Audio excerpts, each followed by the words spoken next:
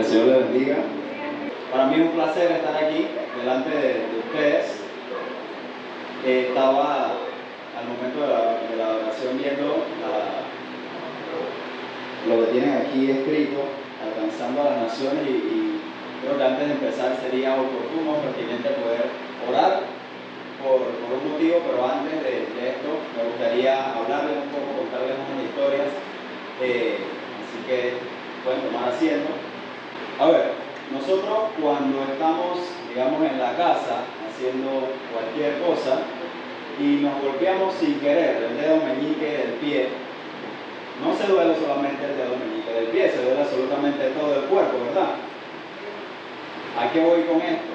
A que nosotros hoy, 21 de marzo del 2025, aquí en Pan de Azúcar, tenemos la oportunidad de orar por nuestros hermanos que se encuentran en opresión a través o por razón de las cosas en las que nosotros podemos hoy creer sin que nadie nos haga absolutamente nada. Me gustaría empezar por una historia que en su momento a mí me llamó mucho la atención y me causó mucho impacto, porque son cosas que como uno no ve, a veces no siente. Dice el dicho, ojo que no ve, corazón que no siente, y se nos hace extraño. Cuenta la historia de Hassan en Somalia, hijo de una persona con mucho rango dentro de organizaciones criminales. Ellos no creían en Dios, pero este chico había estado comenzando a tener visiones con cosas que él no entendía, que ciertamente había escuchado, pero que para la religión de ellos eran herejía. Había comenzado a ver a un hombre en sus sueños que le decía, ven, acércate, yo te recibo con los brazos abiertos, yo te perdono por las cosas que tú haces. Y él fue donde el sacerdote de su mezquita, y lo que recibió fue reprensión, regaño, odio, y como punto final, un golpe que lo mandó a su casa, y llegó a su casa, y cuando entró a su habitación vio una cruz en su habitación, y asombrado le dice a su madre, mira lo que estoy viendo. Y su madre le dice, tú estás loco, ¿qué es lo que te pasa? Y llega el hermano y escandalizado, es como que tú estás viendo cosas que no son propias de la religión que nosotros predicamos. Y el hermano se fue a acusar a Hassan con el padre para que tomara medidas. Y créanme, hermanos, que en esas instancias no hay sangre que valga más que la religión de ellos. Y lo que le tocaba a Hassan era la muerte. La madre de Hassan, entendiendo esta situación, lo que hizo fue decirle a su hijo, ¿sabes qué? Mejor vete de la casa.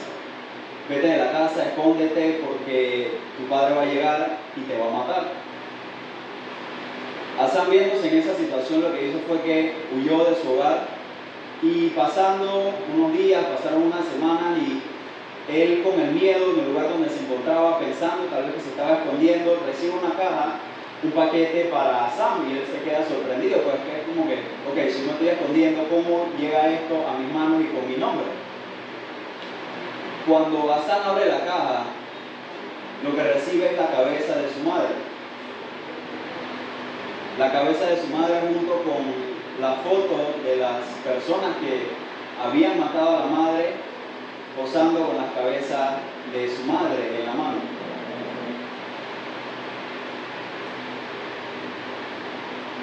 Cuenta la historia también de un padre que se encontraba en su casa con su familia, y se habían estado dando momentos de persecución, y tocaron la puerta de su hogar, y ellos sabían que lo venían a buscar, y la razón por la cual los iban a buscar. El padre lo que hizo fue agarrar a su familia, y con los ojos llenos de lágrimas, los ojos quebrantados, pero con una sonrisa en la cara, lo que comenzaron fue a cantar. Comenzaron a cantar y a adorar el nombre de Dios, porque sabían que apenas las personas entraban, los iban a matar a machetazos. Cuenta también una historia de un grupo de personas que se encontraban reunidos en un lugar muy profundo dentro de la tierra, que era como un sótano, adorando a Dios. Y ellos también, viéndose en momentos de persecución, lo que encontraron, o la decisión que tomaron al verse acorralados por las personas que lo estaban persiguiendo, fue, ok, vamos a adorar a Dios. adorar a Dios y que en su corazón lleno de gozo, no porque iban a morir, sino porque sabían que en pocos momentos iban a estar en la presencia del Padre. Entonces, este tipo de situaciones son las que nos confrontan a nosotros con nuestra realidad. Y a veces, para nosotros es fácil decir, ok, me levanto y hoy voy a llegar tarde a la iglesia porque quiero dormir 5 minutos más. O hoy me levanto y no voy a orar porque ya voy tarde. O no voy a leer la Biblia porque no me apetece. Y para nosotros lo que es una comodidad, nos acostumbramos a verlo como una comodidad, realmente es un privilegio que a veces no estamos utilizando de la manera correcta. Entonces me gustaría que pudiéramos orar, porque recuerdan la parte que les dije de cuando se golpea el dedo pequeño, cuando se golpea una parte del cuerpo, cuando una parte del cuerpo sufre, sufre todo el cuerpo. Y si nuestros hermanos al otro lado del mundo tal vez están sufriendo por el Dios en el que nosotros creemos, ¿qué nos impide a nosotros o por qué no hacerlo? ¿Por qué no orar por esos hermanos? ¿Por qué no orar por revelación para aquellas personas que lo están persiguiendo? ¿Por qué no orar para que en los momentos de angustia ellos puedan sentir tranquilidad y sigan confiando en el Dios por el cual están siendo perseguidos? ¿Qué les parece si oramos? Señor, te damos gracias por este día, Padre, gracias por esta oportunidad que tú nos has dado de estar aquí. Gracias, Padre, porque nos has ayudado a entender el propósito que tú tienes con tu iglesia, Padre, y que no es encerrarnos en 4 paredes, sino ir y predicar tu palabra de Jesús. Amén y amén. Y antes de continuar, hermano, les insto a que no se queden solamente con la historia, no se queden solamente con el motivo de oración de hoy, sino que podamos indagar, podamos buscar, podamos entender que somos todos miembros o parte de un solo cuerpo y que está en nuestra tarea también pedir a Dios por aquellos hermanos que tal vez no tienen la comodidad de poder reunirse abiertamente como nosotros hoy lo hacemos. Antes de continuar, me gustaría hacer algo un poco dinámico. Con el hermano que está a su lado, se va a levantar y van a brincar. No, mentira, no van a brincar. Al hermano que está a su lado, hágale la pregunta. Y le voy a dar un breve momento para que se respondan mutuamente. Si usted tuviera la oportunidad de conversar o cenar o compartir un momento con un personaje bíblico que no sea Jesús, ¿con quién sería? ¿Y por qué? Así que tienen un breve momento para pensar y para responder. Ok, ¿estamos listos? A ver, un voluntario o una voluntaria que me diga con qué persona le gustaría pasar un momento, compartir una cena, compartir una conversación que no sea Jesús y por qué. A ver, ¿quién dice yo? ¿Quién levanta la mano? Si no, a dedocracia. Y los que están adelante siempre pagan.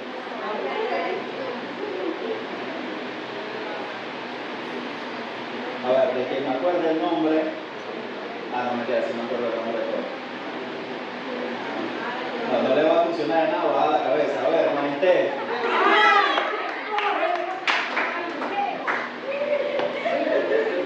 A ver, pasa adelante y coméntanos. ¿Con quién y por qué?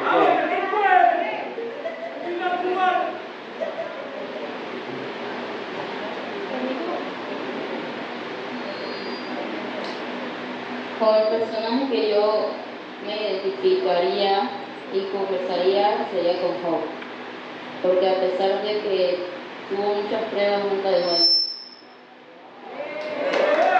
Un aplauso. A ver, alguien más.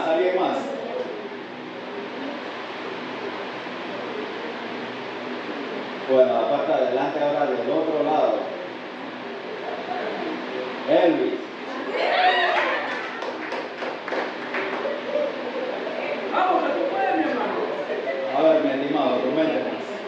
Está la barra de Elvis. Elvis.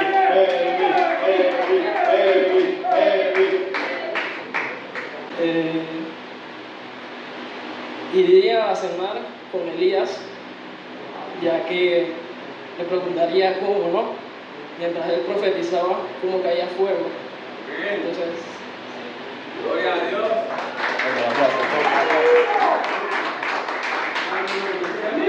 aplauso.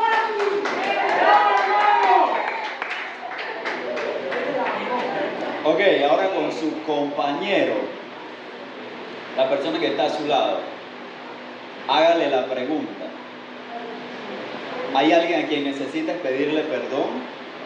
¿Y por qué no lo has hecho? A ver, esta sí no la vamos a responder adelante. Queda para ustedes, y si no tienen una respuesta, pues denle en cuerda al asunto.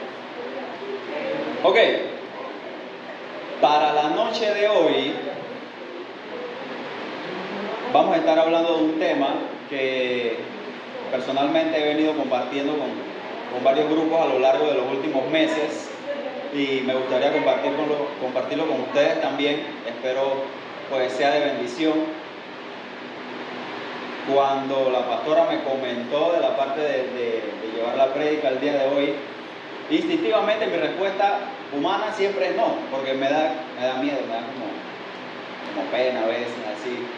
Pero hace tiempo entendí que las casualidades no existen y que todo pasa por un propósito, y que las cosas no pasan solamente porque a la pastora se le ocurrió, sino que está Dios siempre detrás de cada una de las cosas que suceden. Así sea que nosotros decidamos o creemos que decidimos venir a la iglesia o decidamos no hacerlo, Dios siempre está detrás de esa parte, incomodando, haciéndonos pensar en lo importante que es el poder congregarnos, en lo importante que es poder compartir y escuchar la palabra juntos como hermanos.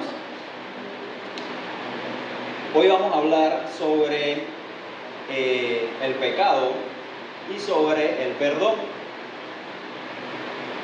Antes que nada, me gustaría define el perdón como acto de disculpar a un ofensor sin guardarle resentimiento debido a su ofensa.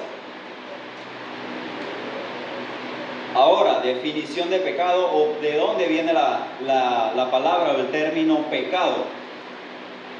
Este término se remonta hace mucho tiempo. Los griegos en sus primeros entrenamientos militares tenían un término que se utilizaba para ejemplificar cuando con la lanza estaban practicando y fallaban al blanco que estaban apuntando. Así sea por 1 milímetro, por 2, por 3 metros, pero fallar es fallar. También los hebreos lo definían como errar al alcanzar una meta, un objetivo o un blanco. En la parte de los griegos, igual con el tiempo se fue transformando no solamente en un término militar, sino que se convirtió en un término que se utilizaba para hablar de una equivocación de manera social. Así sea, no le di el paso a una persona que le debía dar el paso, ok, me equivoqué, erré. Y lo curioso de esta parte es que, como le comentaba, errar al blanco no significa errar por poco o errar por mucho. Errar es errar, y así mismo pecar es pecar. No significa que si yo miento o me robo un real o cometo cualquier pecado, voy a necesitar tal vez más oración, voy a necesitar tal vez más arrepentimiento, porque no se trata de eso. En los pecados no hay un orden jerárquico. No es como que la mentira pesa más que la desobediencia, o la rebeldía pesa más que la fornicación. O sea, todos los pecados delante de Dios son pecados, y a causa del pecado nosotros estamos destituidos de la gloria de Dios. Entonces, creo que me expliqué bien en esa parte del pecado.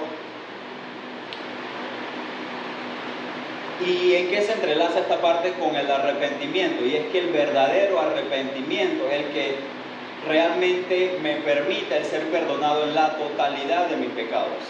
No importa si yo mentí, no importa si yo robé, no importa. Si yo me acerco donde Dios y pido perdón de corazón. No el perdón como que, ok, le pido perdón a Kevin porque lo ofendí, pero me voy de aquí y veo a Kevin por la calle y lo vuelvo a ofender. O sea, en mi corazón nunca hubo un arrepentimiento de verdad. Lo que sentí fue remordimiento en un momento cuando cometí una falta.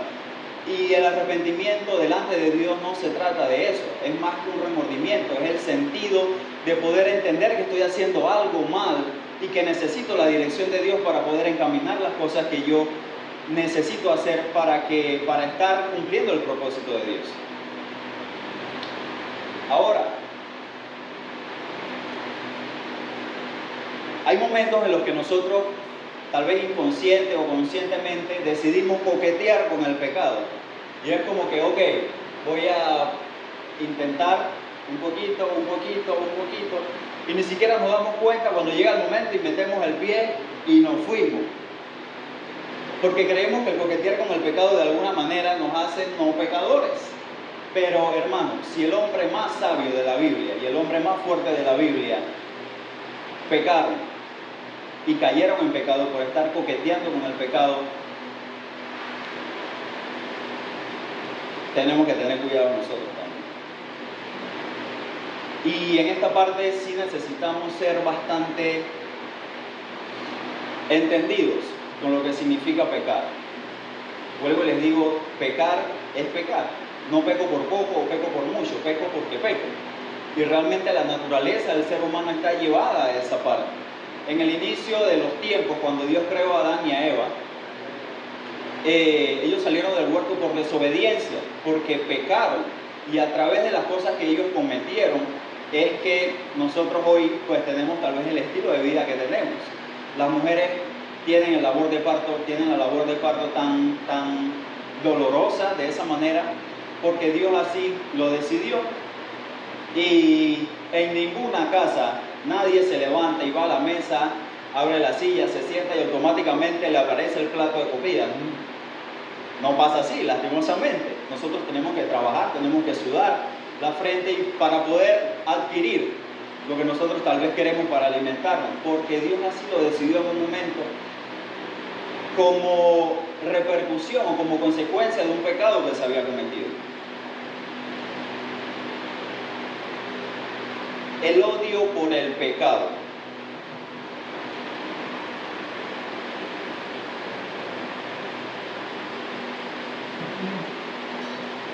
A veces creemos que el dejar de hacer algo periódicamente nos dota a nosotros de la suficiente fuerza como para tratar de intentarlo una vez más sin caer en el pecado. Vuelvo y les digo, no caigamos en coquetear con las cosas que a Dios no le agradan. El propósito por el cual nosotros fuimos creados es para dar adoración a Dios. Y más allá de la adoración del momento donde está la batería, donde está el piano, donde está el bajo, donde se está cantando, nuestro estilo de vida es adoración a Dios. La adoración a Dios no se limita a un momento dentro del formato del culto. La adoración a Dios va más allá, trasciende las cuatro paredes, trasciende mi casa. Y para las personas que no conocen a Dios, trascienden aún mi propio ser. Porque para aquellas personas que no conocen a Dios, nosotros somos el reflejo de Dios aquí en la tierra. Y tal vez una pregunta adecuada sería, cuando las personas me ven, ¿realmente están viendo a Dios o están viendo otra cosa? Y a veces, hermanos, yo entiendo y sé que es difícil el caminar con Dios.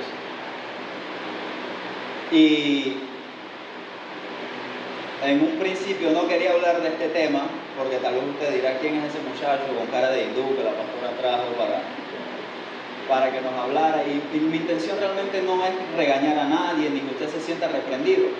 Pero hay cosas en las que tenemos que ser claros, hermano. Hay cosas con las que tenemos que ser 100% entendidos, 100% sabios en las maneras en las que Dios aborrece el pecado. Y si Dios, siendo Dios, aborrece el pecado, ¿quién soy yo para coquetear con el pecado? Esta enseñanza en un principio yo la dividí en tres partes. En un primer bloque es me arrepiento, o sea, el sentimiento ese de entender que tal vez no estoy haciendo las cosas bien y necesito o quiero comenzar a hacer las cosas de una mejor manera. Y nosotros estamos, hermanos, en un constante ciclo de cambio. Y ya depende de usted si ese cambio es para mejor o ese cambio es para peor. Life hack. Siempre que esté Dios involucrado en el cambio nunca va a ser para peor. Así que tengamos a Dios presente en cada una de las cosas que nosotros hagamos. Ahora, ¿por qué es importante pedir perdón? ¿Y por qué nos cuesta tanto? A veces hablar del perdón es sencillo, hasta que el ofendido soy yo. hasta que tengo que pedir perdón yo por algo o por una situación en la que sé que me equivoqué, o en una situación donde yo tengo que perdonar a una persona que me ofendió y me hizo algo que me dolió. Pero el perdón, valga la redundancia, va más allá de hacer que la persona a quien yo estoy perdonando se sienta bien, porque no se trata de eso tampoco. El perdón en un principio se trata de liberación, y se los ejemplifico como un buenos días. Usted, yo sé que aquí todos tenemos la sana práctica de el entrar a un lugar, o cuando llegamos a un lugar saludamos con cordialidad, buenos días, buenas tardes, cómo está la gente por aquí, buenas noches en caso de que sea necesario. Pero tenemos la sana práctica de saludar con cordialidad. Dicha práctica a veces no es respondida de la manera en la que a uno le gustaría. Siempre que uno se sube a un bus, bueno, por lo menos yo, buenas noches, o cuando voy en el metro, buenas noches, una persona responde, y si es que alguien responde. Pero ¿qué tiene que ver esto con el perdón? Que al yo decir buenas noches, o decir buenos días, o hacer las cosas con cordialidad, yo estoy haciendo lo correcto, y ya no está en mis manos el control de la situación en su totalidad. Yo cumplí con el ser cordial, con el ser educado, con el tener tal vez un acto de buenaventura con las personas que están ahí. Así mismo es el perdón.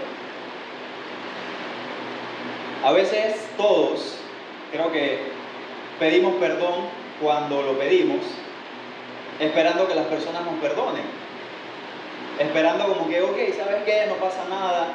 Pero nuestra manera de pedir perdón, nuestra manera de perdonar a veces se condiciona porque pedimos perdón y no somos perdonados y nos ofendemos. Y es como que, hey, pero si te estoy pidiendo perdón, ¿qué te cuesta? Pero no dimensionamos la manera en la que la persona se sintió con la ofensa que yo cometí. No dimensionamos la realidad detrás de nuestros actos. Y tal vez no todas las veces que nosotros pidamos perdón seamos perdonados, pero yo recibo liberación al pedir perdón, porque ya no depende de mí, ya no depende de ok, te voy a obligar a que me perdones, no, depende de la otra persona. Así mismo como los buenos días, depende de las personas si responden o no, pero yo cumplí. Y Dios a nosotros nos pide que perdonemos. Y yo cumplo con Dios al perdonar de corazón. Y no es como que, ¿sabes qué? Te pido perdón por esto. Y no lo hagamos protocolarmente. Pidamos perdón de corazón, entendiendo la importancia de pedir perdón. Nosotros creo que sabemos que Dios lo perdona absolutamente todo. Si yo me acerco de Dios con un corazón arrepentido, ¿qué es lo que voy a recibir? Perdón. San Juan 3:16 dice, porque de tal manera amó Dios al mundo que dio a su Hijo unigénito para que todo aquel que en él crea no se pierda, sino que tenga vida eterna. Y habla de un proceso completo de arrepentimiento, de pedir perdón, de ser perdonado. Pero también habla que Dios dio a su Hijo en tiempo pasado y no quedará a su Hijo para que nuestros pecados se acumulen y en algún momento sean perdonados. No, nosotros recibimos perdón porque Dios así lo decidió en un pasado. O sea, nuestros pecados ya son perdonados. Lo que yo tengo que hacer es acercarme a Dios entendiendo que recibo perdón y pedir perdón entonces de corazón. Nuestros pecados ya fueron perdonados. No habla que Jesús morirá a futuro. Jesús ya murió. Entonces démosles el valor al sacrificio que Dios hizo en la cruz para poder tener una relación directa, una relación más cercana con Dios. Ciertamente la Biblia habla de pecados imperdonables y se los menciono solamente para tenerlo dentro del panorama. Son el hacer enojar al Espíritu Santo, la blasfemia contra el Espíritu Santo, mentir al Espíritu, el entregarnos enteramente a Satanás, la apostasía y pecados de muerte. Igual, con las referencias bíblicas, si lo quieren buscar, hacer enojar al Espíritu Santo, Isaías 63:10, blasfemia contra el Espíritu Santo, Mateo 12, del 31 al 32, mentir al Espíritu Santo, Hechos 5, del 1 al 10, entregarse a Satanás, 1 Timoteo 1:20, la apostasía, Hebreos 6, del 4 al 6, y el pecado de muerte, 1 Juan 5:16. Ok. Si yo pido perdón para recibir perdón, ¿cuáles son las cosas que a mí me están impidiendo perdonar? ¿O qué cosas siento yo que son lo suficientemente grandes como para no perdonar a mi prójimo o no perdonar a mi hermano? Como les comenté hace un momento, el perdón o hablar del perdón es fácil hasta que me involucra a mí y me involucra de una manera profunda. Es fácil hablar de perdón, pero es difícil perdonar a una persona que te abandonó. Es fácil hablar de perdón, pero es difícil perdonar a una persona que te hizo daño.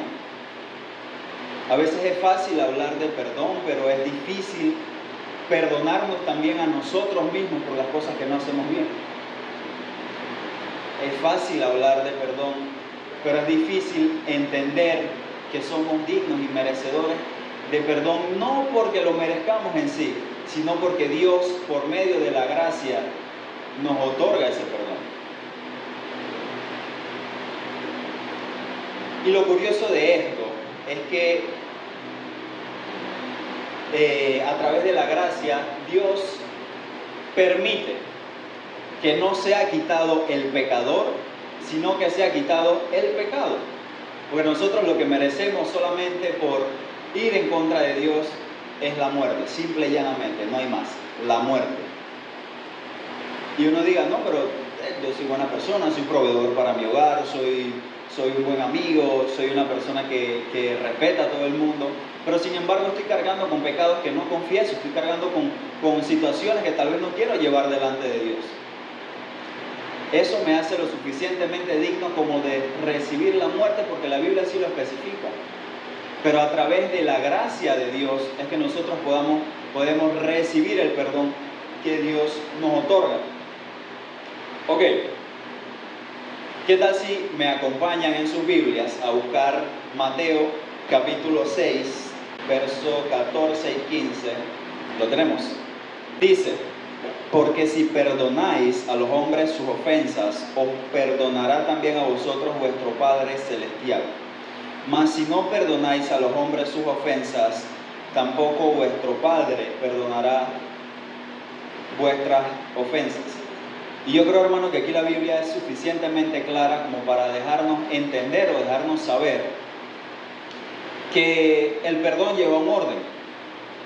Que yo debo primero perdonar a mi hermano antes de acercarme a Dios y pedir perdón. Yo puedo acercarme a Dios y pedir perdón, pero yo también necesito perdonar a mi hermano para entonces recibir perdón de parte de Dios para mí. ¿Por qué? Porque a nosotros pedir perdón y perdonar a nuestro hermano, lo que hacemos es que valoramos realmente el esfuerzo detrás del ser perdonados. Valoramos en su totalidad el acto del perdón y no tomamos en poco entonces el pedirle perdón a Dios para volver a cometer las cosas por las cuales nos estamos arrepintiendo. Si yo le pido perdón a Eileen por algo y tenemos un momento tal vez complicado, porque el pedir perdón involucra a veces conversaciones incómodas, pero esas conversaciones incómodas son conversaciones que hay que tener. Si yo le pido perdón a Eileen por algo que le hice, yo me voy a sentir tal vez vulnerable, porque está en las manos de Eileen el perdonarme. Está en las manos de Eileen tal vez la manera en la que yo me sienta con los actos que yo realicé, y ya queda totalmente en Eileen. Yo recibo liberación ciertamente al pedir perdón, pero también estoy en un estado de vulnerabilidad. Y entiendo también el corazón de Dios al recibir el perdón que Dios me da, porque estamos siendo vulnerables, estamos siendo abiertos.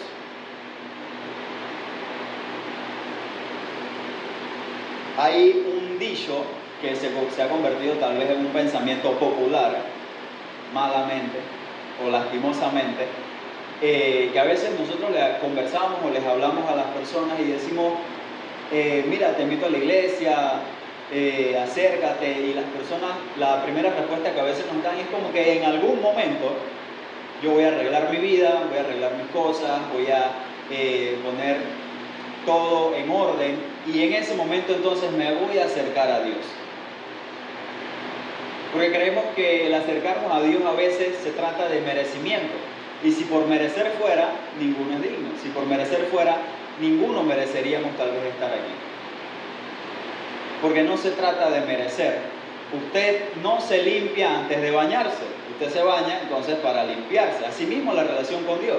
Nosotros no podemos ver la iglesia como un museo lleno de piezas que están hechas al milímetro, o obras de arte que son personas 100% entregadas tal vez en todo lo que hacen, personas perfectas. La iglesia no es un museo, la iglesia se parece mucho más a un hospital, si lo queremos ver tal vez de alguna manera.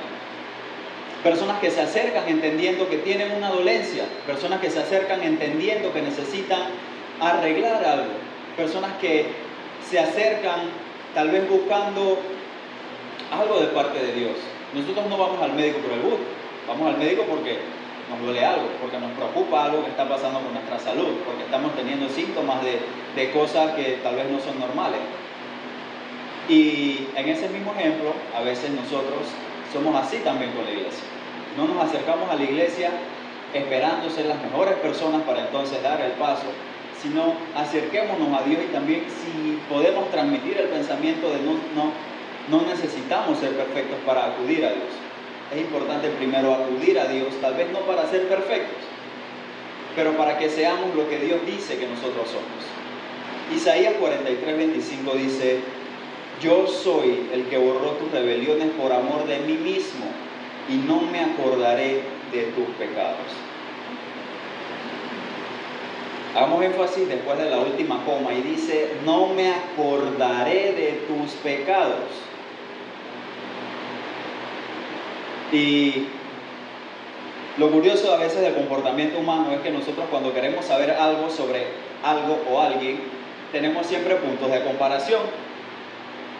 Si yo aquí les digo que tengo un carro que es más pequeño que este abanico, usted se va a imaginar algo mucho más pequeño que un abanico.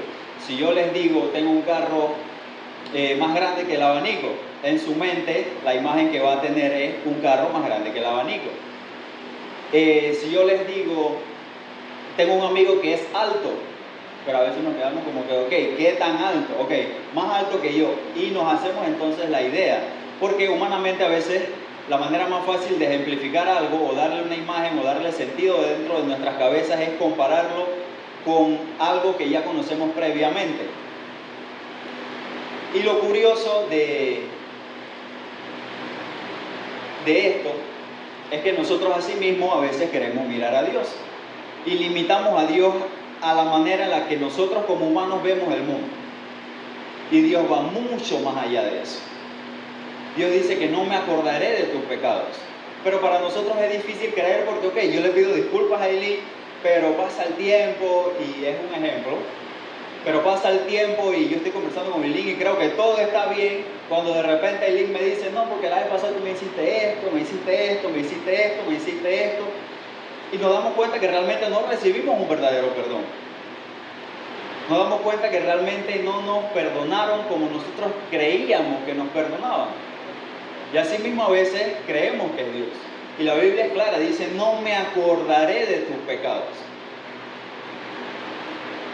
Y si Dios, siendo Dios, no se acuerda de las cosas que nosotros hacemos, ¿quién soy yo a veces para yo mismo estar recordándome o martillándome la mente, creyendo que no soy digno de la gracia o del perdón de Dios? Y creo que el hablar de perdón, como les había comentado, es fácil, pero me gustaría el comentarles, el tal vez abrirme un poco del por qué es un tema que tiene tanto peso, por lo menos tanto en mi vida como en la vida del grupo de jóvenes, de nosotros también, y de las personas con las que he compartido últimamente. Hay situaciones y cosas que pasan en nuestras vidas que a veces nosotros no podemos controlar, y simplemente es así. No podemos controlar. Yo me crié toda la vida como hijo de pastor, toda la vida he ido a la iglesia, Pero eso de alguna manera siempre limitó mi relación con las personas dentro de la iglesia. Y les soy sincero, esto es algo que a veces no me gusta contar en presencia de personas de mi iglesia. Pero yo sé que aquí hay sabiduría bastante para poder manejar esta parte. Mis relaciones siempre fueron limitadas a la parte eclesiástica en muchos sentidos. El tener que limitarme y decir, ok, mi amistad contigo va a ser solamente hasta aquí, porque de ahí en adelante simplemente no puedo. Por causa del peso que mis padres estaban llevando o que tal vez aún en día siguen llevando. Hay cosas que uno a veces como amigo no puede solamente comentar y ya. A razón de cuidar el corazón de las personas que se encuentran en la iglesia. Uy, y qué difícil es la parte de compartir con las personas que abiertamente ofenden a aquellos que tú más quieres. Es complicada esa parte. Por lo menos para mí, a mí me costó bastante. Y yo creo que nunca tuve un amigo dentro de la iglesia. Y yo he tenido toda la vida en la iglesia. Llevo 24 años dentro de la iglesia. Y el decir que nunca he tenido un amigo dentro de la iglesia puede parecer como que, ok, pero si la iglesia, amigo, Jesús, Dios, amor, a veces hay cosas que es como que complicado de explicar, pero hay situaciones y creo que también sería oportuno para comentarles y entender el valor de la labor que hace la familia pastoral dentro de la iglesia. Hay cosas que pasan de la puerta para adentro y eso no lo sabe absolutamente nadie. Y usted ve a la gente aquí dentro de la iglesia, Dios te bendiga o cómo estás, y a veces es como que ok, ya me acostumbré a que su actitud siempre sea buena hacia mí y lo tomo como un signo de no sé, a veces de sentirme más que las personas. Es como que, ¿sabes qué? No tengo tiempo para hablar o no quiero hablar de esto, pero no sabemos realmente lo que pasa dentro de las puertas del hogar. No sabemos cómo esas personas lidian con sus luchas personales, no sabemos si realmente tienen alguien para comentarles. Y el hablar ciertamente es liberador, pero ¿cómo me libero si no tengo alguien con quien hablar? En su momento, tuve un amigo que se convirtió en mi mejor amigo solamente porque no era parte de la iglesia. Era como que, ok, tal vez no te cuento todo, pero puedo compartir tal vez un poco más de lo que soy yo realmente. Ser un poco más vulnerable con la manera en la que me siento en algunas cosas, porque he ahí el otro detalle. Nosotros nos acostumbramos a que una figura de autoridad siempre sea fuerte y olvidamos que aún las figuras de autoridad tienen momentos de vulnerabilidad. Y es complicado entender que en esos momentos de vulnerabilidad es donde se nos hace más difícil el tratar con las personas. Yo tenía un amigo, regresando al tema, tenía un amigo que era mi amigo y desarrollamos una relación profunda de amistad porque no era parte de mi iglesia. Con el tiempo fue acercándose un poco más a Dios y esta persona yo la tenía o la tengo, pero todavía en muy alta estima por lo que significó en mi vida, las cosas que hacía o el apoyo o la manera en la que hacíamos las cosas juntos. Y era como que ok, tengo que ir para el Machetazo que está como a 3 kilómetros a comprar un borrador, y era como que vamos, pero solamente por la camaradería esa, por estar ahí, por compartir. Entonces uno desarrolla cierto cariño por las personas que están con uno. Esta persona se enfermó y fue un proceso bastante complicado porque él tenía 22 años en ese momento y se enfermó de cáncer. Él pasó su proceso Y era como que, ok, me levanto temprano todos los días, y yo no soy de madrugar, pero era como que, ok, vamos a darle. Me levanto temprano y el tener que ver ese proceso, esa degradación de la persona y el ver cómo la enfermedad está acabando con su vida, es complicado. El ver cómo se le cae el cabello, el ver cómo ya no es la persona que tenía las mismas energías a las que nosotros estamos acostumbrados. Entonces fue un proceso que de alguna manera moldeó mi corazón en algunas cosas y no para mal. Esta persona pasó su primera etapa de cáncer. Con el tiempo un día estamos conversando, veníamos del trabajo, no trabajábamos juntos, pero llegamos del trabajo y nos sentamos en un local de venta de comida rápida en Veracruz, y estamos conversando de cualquier cosa.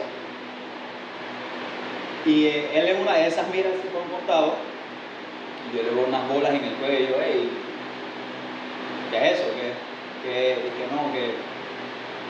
me está regresando nuevamente el cáncer. Y es como que, ok, vamos de nuevo, desde cero, nuevamente con el proceso. Y lo curioso de la segunda parte, de la segunda etapa cuando el cáncer regresó, es que fue todo demasiado rápido. Él enfermó esta semana y al fin de semana siguiente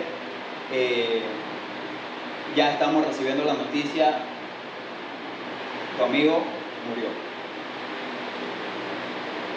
Y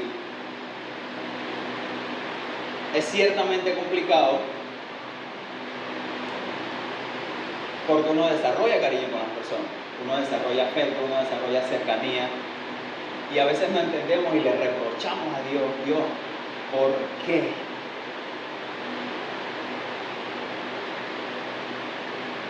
Y con el ejemplo tal vez no solamente me quiero limitar al sentir que Dios nos quita algo, sino también el poder hablar de las ofensas que nosotros recibimos. Dios, ¿por qué permitiste esto en mi vida? ¿Por qué permitiste que esta persona a la cual le entregué mi corazón me lastimara de esta manera? ¿Por qué permitiste que yo recibiera el abandono si yo sé que nunca fui mala persona? Si sé que lo di todo. ¿Por qué permitiste que me hicieran daño de X forma si yo lo que quiero es solamente que las personas estén bien, que las personas a mi alrededor se encuentren con salud? Y ciertamente es complicado entender a veces los propósitos de Dios. Pero aún así tenemos que entender que todo Dios lo permite con un propósito y no solamente porque a Él le dio la gana.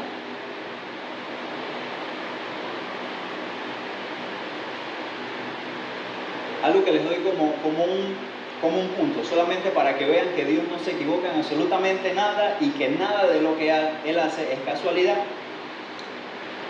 Dios, cuando creó al hombre y a la mujer, creó al hombre del polvo de la tierra, y a la mujer, habiendo pasado ya un tiempo, la creó de la costilla de Adán. El cuerpo humano tiene un montón de huesos, 206 si no me equivoco, pero tiene un montón. ¿Y por qué Dios eligió una costilla? ¿Por qué no eligió tal vez un hueso de la oreja, que tal vez iba a ser más sencillo de extraer? ¿Por qué una costilla? La razón detrás del por qué Dios eligió la costilla como el punto para sacar a la mujer del hombre es para que haya una similitud y nosotros como hombres no nos enseñoreemos delante de las mujeres. Si así fuera, Dios hubiera sacado a la mujer de un dedo del pie o de un hueso del pie, pero el hombre no está para pisotear a la mujer, ni tampoco la sacó de un hueso del cráneo, para que no tengamos tampoco, aún por más alta estima, aún por la estima que le tenemos a Dios, a las mujeres como ayuda idónea, o a las mujeres como creación suya. Las mujeres son creación suya, pero delante de Dios somos todos iguales. Ni en eso hay casualidad. Y a veces no profundizamos tanto en las historias, pero el entender el por qué Dios hace las cosas es como que, wow, qué interesante. Ok, prosigo. Con el tiempo, yo desarrollé una relación muy cercana con la familia de este amigo. Con la familia, siempre que hacen comida todavía, es como que, ok, tal día vamos a cocinar esto para que vengas a la casa, o le vamos a cantar cumpleaños a tal miembro de la familia para que vengas, para que te acerques. Y estaba esa relación.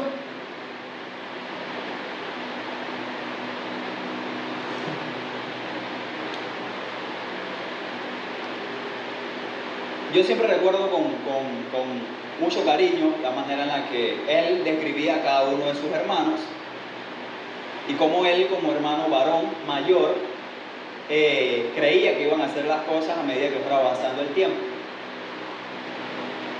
Su hermana mayor siempre dijo que era una persona pues que velaba por el bien de todos los hermanos y que era como la segunda mamá, que la quería mucho y todo lo demás. Propio pues de una relación de hermanos. El hermano pequeño era como el consentido de todos, y creo que esa regla no se rompe en ningún hogar. Era como el consentido de todos, que todos los cuidan a él, que todos le evitan malos momentos, o lo quieren aconsejar, o se quieren acercar. Entonces ese era el tipo de relación que tenía. Pero con el hermano que venía después de él decía que en alguna manera se parecía mucho a él, en su manera de actuar, en su manera de expresarse, en la manera en la que hacía algunas cosas, pero que tenía un comportamiento, un temperamento mucho más fuerte. Y uno de los grandes deseos, creo que es un deseo de barrio, un deseo también de personas que quieren salir adelante, es que yo en algún momento, él decía, yo en algún momento quiero trabajar y quiero comprarle una casa a mi mamá. Y si por alguna razón yo no lo logro, yo estoy 100% seguro que mi hermano que viene después de mí lo va a hacer, sí o sí, porque lo conocía y sabía la relación que ellos tenían. Sabía de lo que el hermano era capaz, sabía de las cosas que él era capaz de hacer por traerle un bienestar a su familia, y no hablamos de algo malo. Cuando mi amigo murió, el tener el acercamiento con la familia, o a veces el velar por sus hermanos como lo hacía él, a veces o en algunas ocasiones se convirtió en un reto personal, porque no teníamos la misma relación, pero aún así uno se preocupaba por ellos. Para no hacerles el cuento más largo, el hermano, la familia con el tiempo de mi amigo se acercó a la iglesia, los hermanos iban, él incluso dio testimonio de cómo era su relación con Dios, de cómo se acercó, y hoy en día todavía la familia sigue en la iglesia. Pero ocurrieron cosas que tal vez se escapan de nuestro completo control, y el hermano que venía después de él también murió. Y la manera en la que fue tal vez involucra mucho del sentimiento de ser humano, de sentirme en capacidad o sentirme en derecho de hacerle un mal a alguien solamente porque antes me lo hicieron a mí. Y qué difícil es perdonar, viéndolo desde la posición de una madre cuando te matan a un hijo. Qué difícil es perdonar cuando se llevan a un miembro de tu familia solamente porque... Algo que me llamó mucho la atención del comportamiento de la madre es que toda la familia estaba como que, ok, ahora vamos a hacer esto, y la mamá se levantó en medio de todo el mundo y dijo, ¿saben qué? No vamos a hacer nada. Vamos a dejar las cosas así. Yo no quiero tomar represalias en contra de nadie.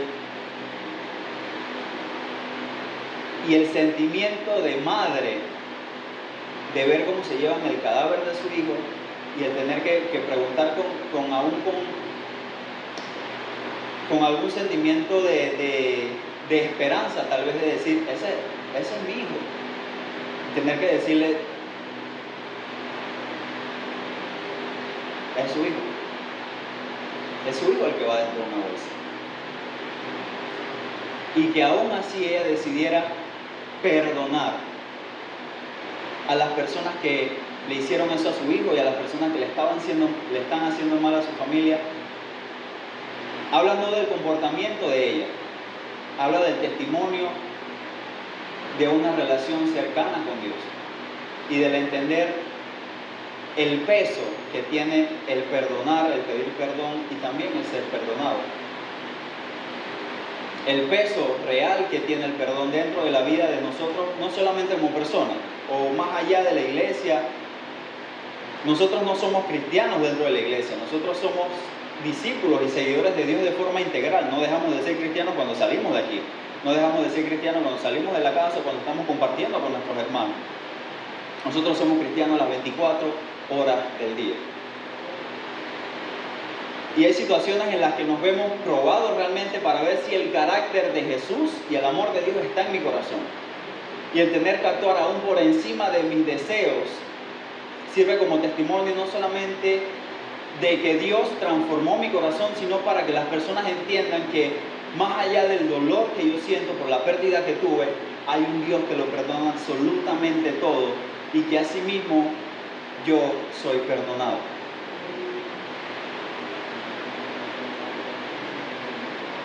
Esta parte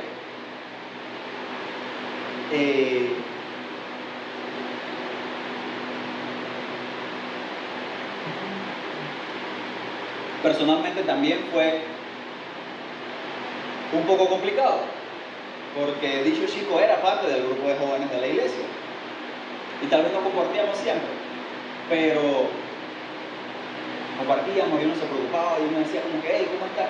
Y la verdad es que en el sentimiento a veces del líder uno se siente en el poder velar por el bien de todo el mundo y que todo el mundo esté bien y que todo el mundo tal vez esté de la mejor manera y son cosas que a veces no podemos controlar, pero si de alguna manera podemos hacer algo para que las personas cercanas a nosotros estén bien, uno lo va a hacer, porque ese es el corazón del líder, ese es el corazón del pastor, ese es el corazón no del rango, sino del corazón de un cristiano.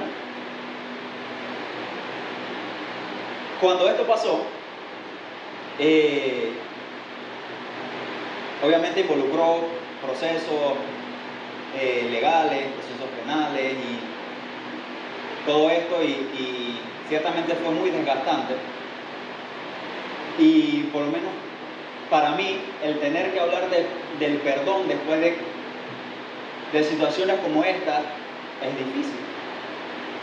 Porque a veces uno siente que se te llevan a un hijo y uno sin tener hijo es como que, ok, se me llevaron a una persona que yo valoraba mucho. Alguien a quien le tengo mucho aprecio. Y el tener que hablar de perdón me exige a mí el perdonar también. Y el tener que decir, ¿sabes qué, Dios? Humanamente siento dolor, humanamente siento tristeza, y tal vez el sentimiento sea tan fuerte que humanamente a veces decimos siento odio hacia alguien. Pero aún así decido poner las cosas en tus manos porque no tengo control completo sobre esta situación. No tengo control completo y necesito también recibir perdón por las cosas que yo día a día hago. Necesito recibir perdón por aquellas ofensas que día a día cometo contra ti.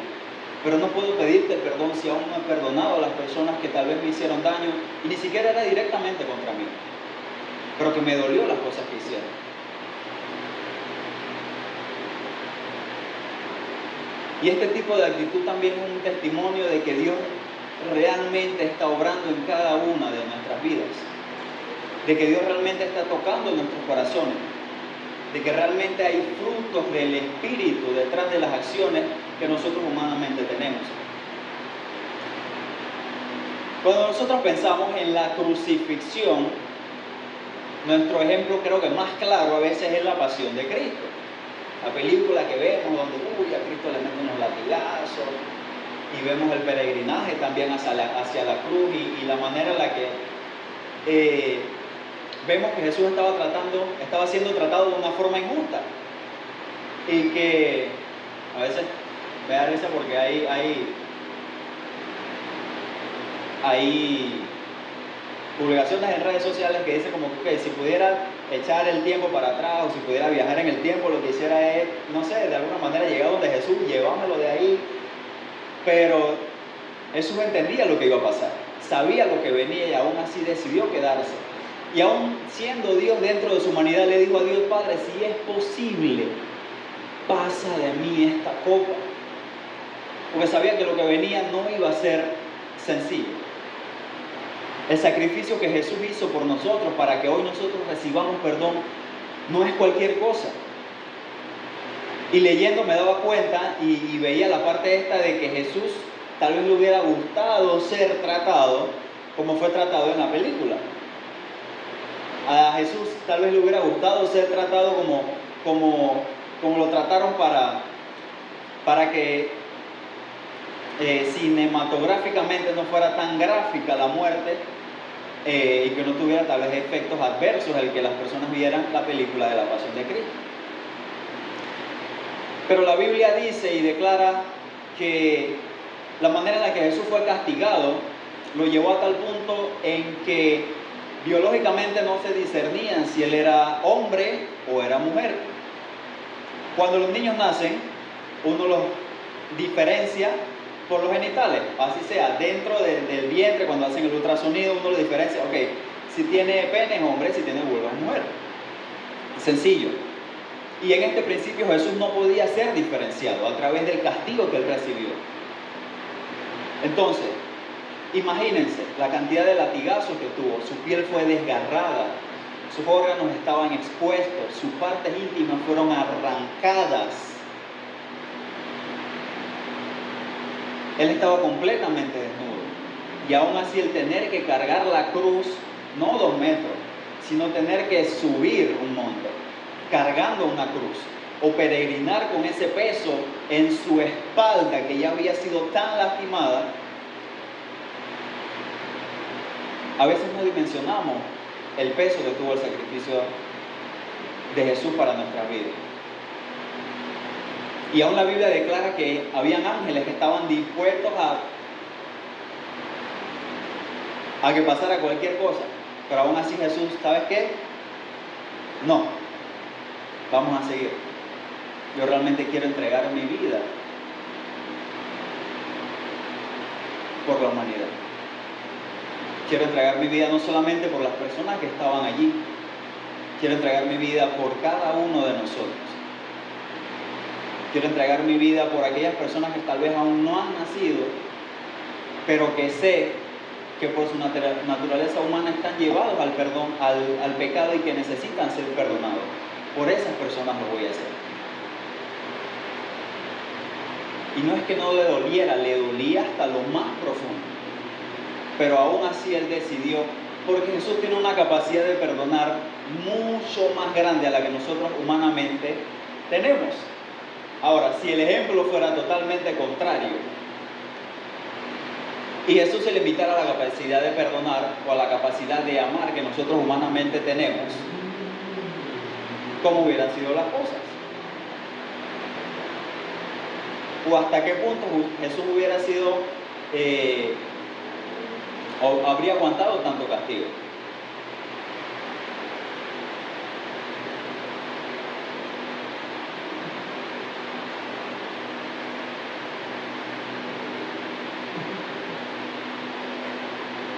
Ok, para ponérselos de forma práctica. Digamos que esta de alguna manera es la cruz y yo soy Jesús. Si en el peregrinaje, limitado por la capacidad humana que nosotros tenemos de amar y de perdonar, Jesús hubiera actuado de la misma manera en la que nosotros actuamos hoy en día, las cosas hubieran sido muy diferentes. Jesús hubiera estado cargando la cruz Y al pensar tal vez en las cosas que hoy nosotros confesamos y mañana volvemos a cometer, en la manera en la que nos comportamos, en la manera en la que somos groseros, en la manera en la que desobedecemos, en la manera en la que mentimos, si Jesús hubiera tenido presente eso en su forma completamente humana, el peregrinaje hubiera sido muy diferente. Hubiera estado caminando con su cruz, hubiera estado andando, y llega el momento en el que, ¿sabes qué? Simplemente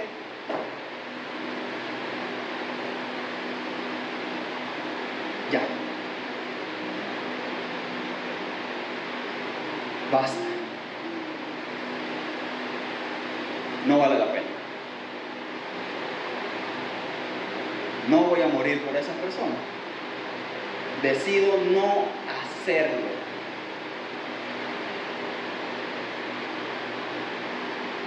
Decido no morir por esas personas porque ya estoy cansado, estoy harto.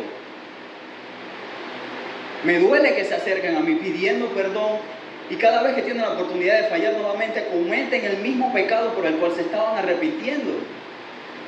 Entonces, ¿qué sentido tiene mi sacrificio? Basta de que estés jugando conmigo y con lo que yo quiero hacer para que tú recibas perdón.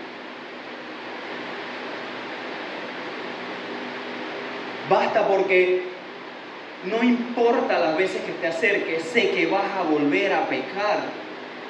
Entonces, ¿qué sentido tiene?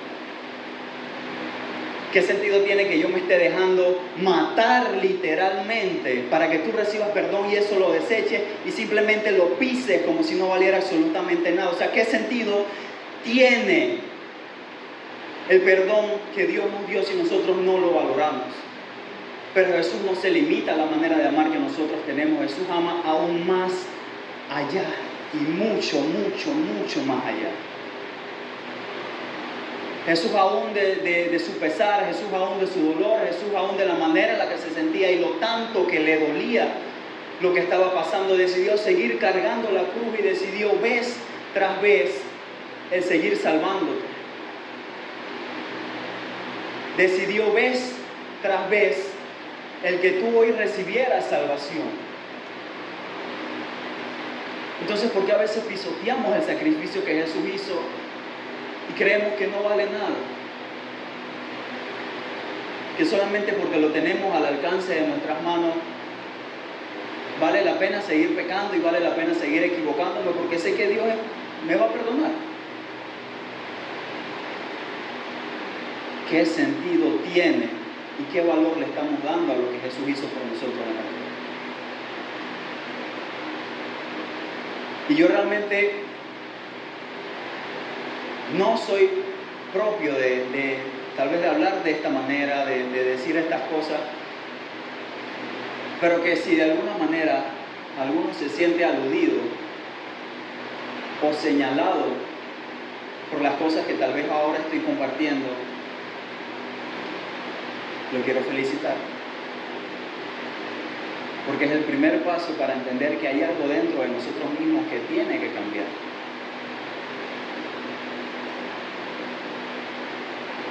El entender que no estamos haciendo las cosas como realmente debemos hacerlas, como Dios pide que nosotros la hagamos.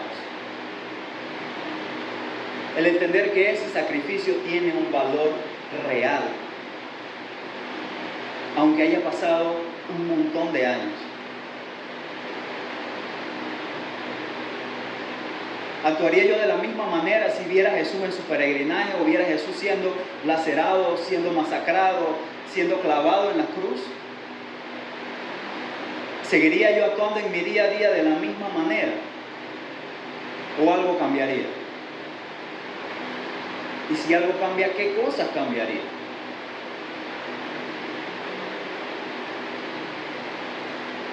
Yo creo que la respuesta es clara. Ciertamente algo cambiaría. Pero el hecho de que tal vez no lo veamos no significa que no haya pasado. Y no significa que ese sacrificio no tenga valor. Reconozcamos entonces el valor de lo que Jesús dejó en la cruz, porque no dejó cualquier cosa, dejó su vida.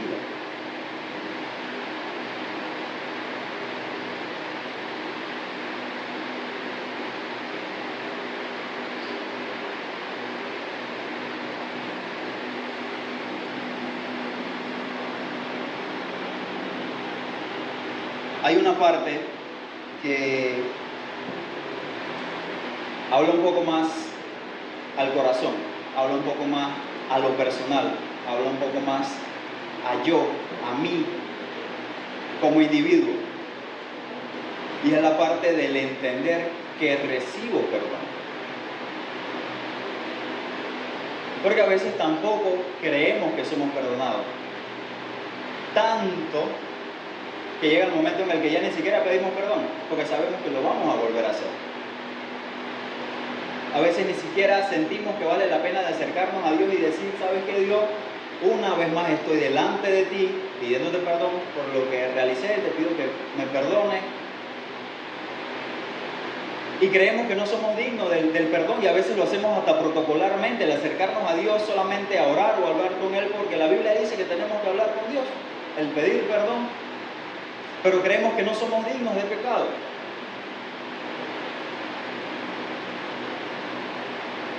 Cuando realmente sí somos dignos de pecado.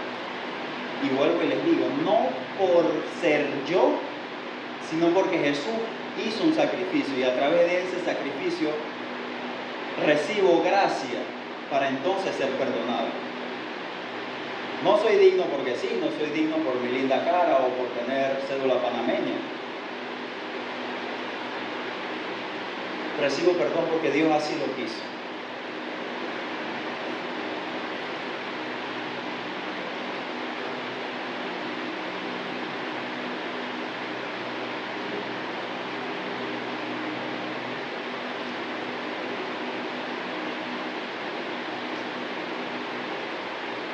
¿Qué le dirías a una persona que está en la misma situación de vida que tú, con los mismos problemas, con las mismas dificultades, con las mismas áreas de la vida que necesitan ser tratadas por Dios? ¿Qué le dirías a una persona en tu misma condición? ¿Qué le diríamos? ¿Qué le diríamos a una persona que no se acerca a Dios porque a veces siente que nada va a cambiar y que las cosas en su vida seguirían siendo igual? Solamente por ver el pedir perdón como un ritual, por ver el pedir perdón como algo banal. Yo creo que más de uno le diría, ¿sabes qué? Acércate a Dios, pide perdón, Él te va a perdonar. Y tal vez los cambios en tu vida no sean automáticos, porque ningún cambio es automático, todo involucra un proceso, todo involucra un paso a paso, pero ya eso depende de Dios y de cada uno personalmente. Pero si se lo decimos a otra persona en nuestra misma condición, ¿por qué nosotros mismos no aceptamos aquello que declaramos?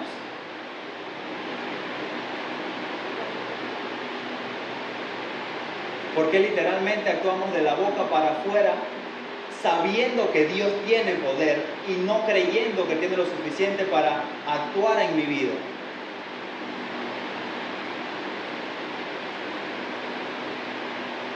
¿Por qué? ¿Acaso creemos que para Dios hay algo realmente imposible? ¿O que yo soy lo suficientemente pecador como para no ser perdonado por las cosas que hago?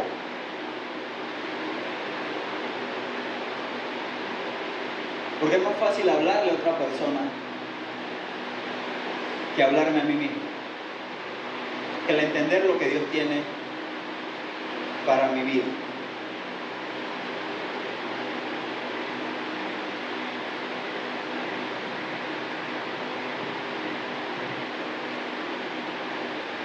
A veces lo que nos aleja del perdón y muchas veces no me permite ser perdonado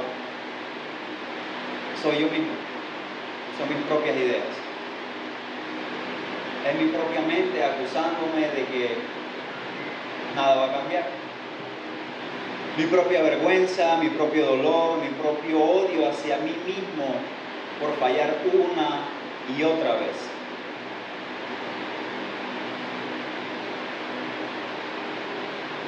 Dios tiene el perdón al alcance de nuestras manos. Y aún viéndolo delante de nuestros ojos, a veces no lo queremos tomar.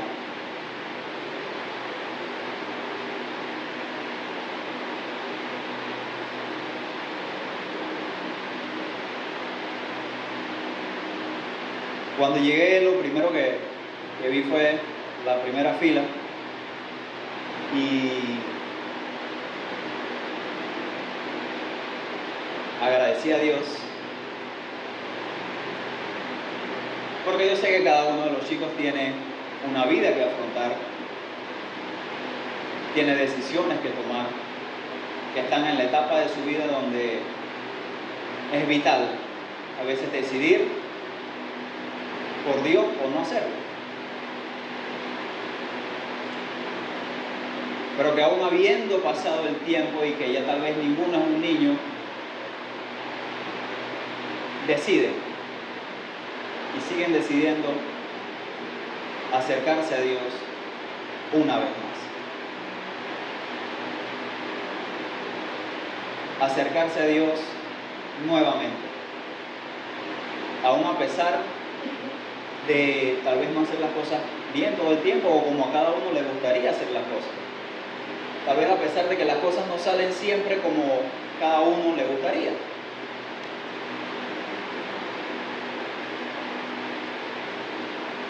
Pero aún esos chicos, teniendo una realidad y viviendo en un barrio tal vez un poco complicado, teniendo una realidad diferente a la de muchos allá afuera, decide por Dios una vez más.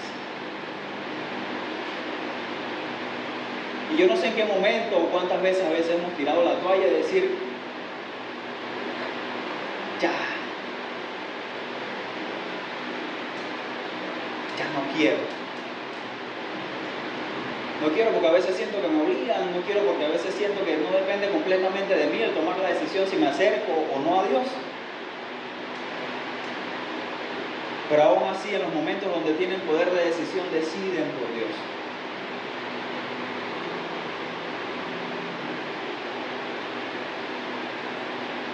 Y que aunque se equivoquen, y aunque tal vez Dios no me congregue aquí, me gustaría pedirles que no suelten a los muchachos. Si lo ven haciendo algo, siéntanse en la libertad de acercarse y conversar con ellos, porque a veces hacen las cosas sin darse cuenta. Ahora, no estoy justificando nada de nadie, pero a veces lo que necesitan ellos es tener una persona con quien conversar. Una persona que se acerque, una persona que diga, o sea, ¿qué te está pasando? ¿Por qué estás haciendo esto? ¿En qué manera te puedo yo ayudar para que mejores tu conducta? ¿En qué manera puedo yo ayudarte a que sigas siendo luz en el lugar donde estás siendo luz? ¿En qué manera puedo yo ayudarte a que esa luz no se apague en los círculos donde tú te relacionas? No suelten a los muchachos.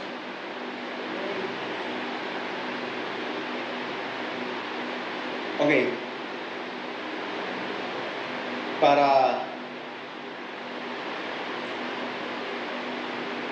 terminar con esta parte,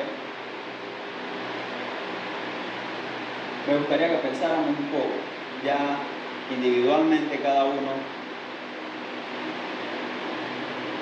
si hay cosas dentro de mi vida que no me están permitiendo el sentirme perdonado, si hay cosas dentro de mi vida por las cuales tengo que pedirle perdón, ya sea a Dios o a una persona cercana a mí, si hay cosas dentro de mi vida que necesito arreglar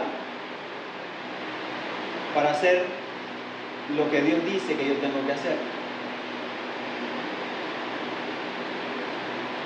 Y aquellas cosas que cada uno le diría a una persona en su misma situación, internalicémonos y veámoslo como una verdad el ver que Dios perdona, siempre y cuando lo hagamos de corazón. Y que Dios me perdona porque yo perdono a mi prójimo que me hizo cualquier cosa.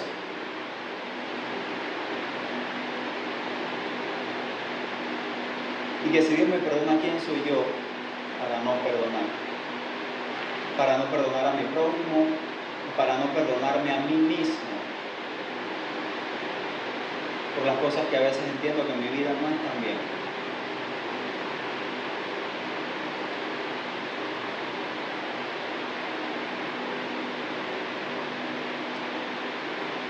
Yo sé y entiendo que esta parte tal vez depende o recae mucho en la manera en la que cada uno ve su estilo de vida.